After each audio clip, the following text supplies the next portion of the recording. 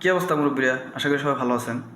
আসলে আমাদের এখন বর্তমানে যে কোনো একটা খবর বা নিউজ বলি বা খবর বলি, দেখবেন খুব সহজে বা খুব তাড়াতাড়ি মানে আপনার ফেসবুকের মাধ্যমে ছড়িয়ে যাচ্ছে। তা আমরা সবাই একটা মানুষকে চিনি, রিপন ভিডিও বা রিপন মিয়া নামে। ঠিক আছে, রিপন ভিডিও নামে তার একটা পেজ, মানে তার পেজ আছে। তো ওনাকে সবাই আমরা চিনি, মোটামুটি বাংলাদেশে সবাই চিনি। তো ওর একটা লাস্ট একটা ভিডিও ভাইরাল হয়েছে যে ওর মা বাবা বলছে যে আমার ছেলে আমাদেরকে ভাত কাপড় দেয় না।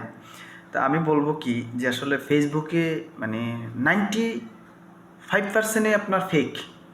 তো একটা কথা আসলে বলছে, ঠিক আছে, তো এটা যাচাই বাছাই না করে আমরা মানে আমি অনেকগুলো ভিডিও দেখছি, অনেক ভিডিও দেখছি যে বোকাচোদা বানানো, বাঙালিরে পাইছে বোকাচোদা বানাই দিছে, হা হা হা, এটাই বাস্তব। ওরে ভাই, তুমি বোকাচোদা হও কা? তোমার বলছে বোকাচোদা হইতা? আর সাংবাদিককে বলতেছে তোরা ভাই, একটা মানুষ ভালোভাবে চলুক সেটা দেখতে পারস না? তোরা কি আর খবর নাই? কার খবর নাই অসভ্য? হ্যাঁ। আর ওই বেটার যে এটা হুট করে একটা ছোটো একটা ক্লিপ ছেড়ে দিলি যে রিপন ভিডিও, রিপন আমাদের ভাত কাপড় দেয় না। ঠিক আছে, তো ওদেরকে জিজ্ঞাসা করছ না যে কেন দেয় না? ওরা তো মানে রিপন ভিডিওর ফ্যামিলিটা হচ্ছে খুবই মানে অনেক গরিব ফ্যামিলির, রিপন ভিডিও, রিপন মিয়া। তাই ওনার যখন ওনার ফ্যামিলির অবস্থা খারাপ ছিল, ঘরে থাকার জায়গা নাই, খাওয়ার জায়গা নাই, তখন যাই হোক সে কাজ ভালো করে করতো না, এই কারণে তাকে নাকি ঘর থেকে বের করে দেওয়া হয়েছে।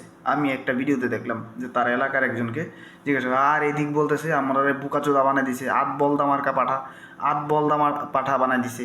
ওরে ভাই, এইটা মানে আমি বলবো যে আমাদের ফেসবুকে একটা ছোটো একটা ক্লিপ দেখি আমরা মানে বিশ্বাস করি বা এই জিনিসটারে তিল থেকে তাল করে ফেলতেছি। ঠিক আছে, মানে যে কোনো একটা জিনিস সত্যতা আমি কিন্তু 2-3 দিন হয়েছে, আমি কিন্তু ফেসবুকে কথা বলতেছি না। কারণ যে কোনো একটা জিনিসটা আসলে সঠিক সম্পূর্ণটা তো আর আমরা মানে সঠিকটা পাবো না। তারপরও চেষ্টা করো, মানে যারা ফেসবুকে কথা বলেন ভাই বা ফেসবুকে এসে এগুলা হাইলাইট করেন ঠিক আছে, হ্যাঁ, তাদের উচিত কিছুটা ভালো করে জেনে তারপরে, একটু তো ভুল হবেই, ঠিক আছে, তারপর একটু ভালো আরেকটু জেনে তারপরে কথাগুলো বলা উচিত, তাই না? ঠিক আছে, আমি 2 দিন আগে কিন্তু কথা বলতে পারতাম এবং কি রিপন মেয়ের ইচ্ছা মতো দিয়ে দিতে পারতাম। ঠিক আছে, কিন্তু আমি বলি নাই। তো কথা হইলো আসলে শেষ পর্যন্ত দেখলাম কি রিপন মিয়ারে অনেক আগে থেকেই তার বাড়ি থেকে বের করে দিছে। এখন সে অন্য একটা জায়গায় যেহেতু সোশ্যাল